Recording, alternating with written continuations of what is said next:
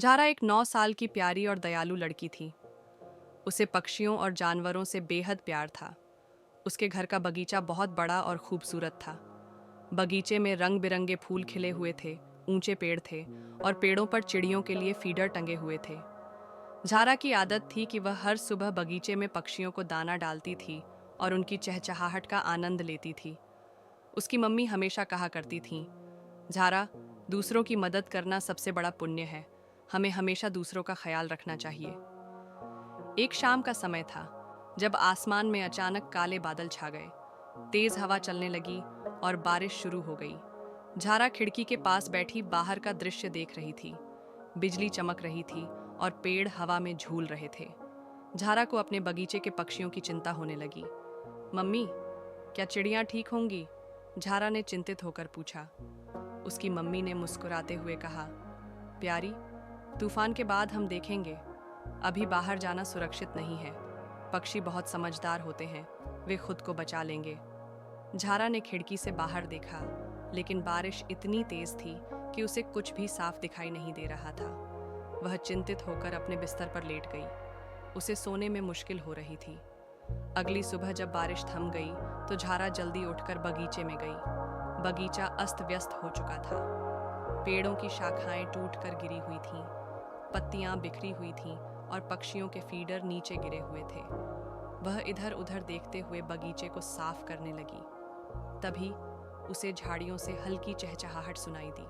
उसने ध्यान से सुना और झाड़ियों की ओर बढ़ी। जब उसने झाड़ियां हटाईं तो उसने देखा कि एक छोटी चिड़िया घायल होकर पड़ी हुई थी।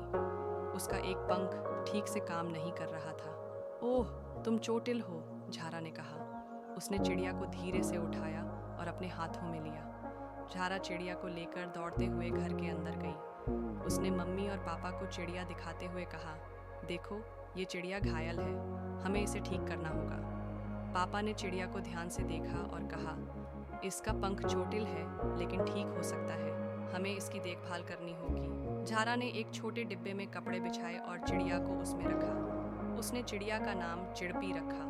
वह उसे हर थोड़ी देर में पानी पिलाती और छोटे छोटे फल के टुकड़े खिलाती। चंद दिनों में चिड़पी का पंख धीरे धीरे ठीक होने लगा। वह अब डिब्बे से बाहर निकलकर छोटे छोटे कदम चलने की कोशिश करने लगी। झारा उसे बगीचे में ले जाकर घास पर रखती और चिड़पी को उड़ने की कोशिश करते हुए देखती। एक दिन चिड़पी ने अपने पंख फड़फड़ाए और थोड़ी ऊंचाई तक उड़ गई।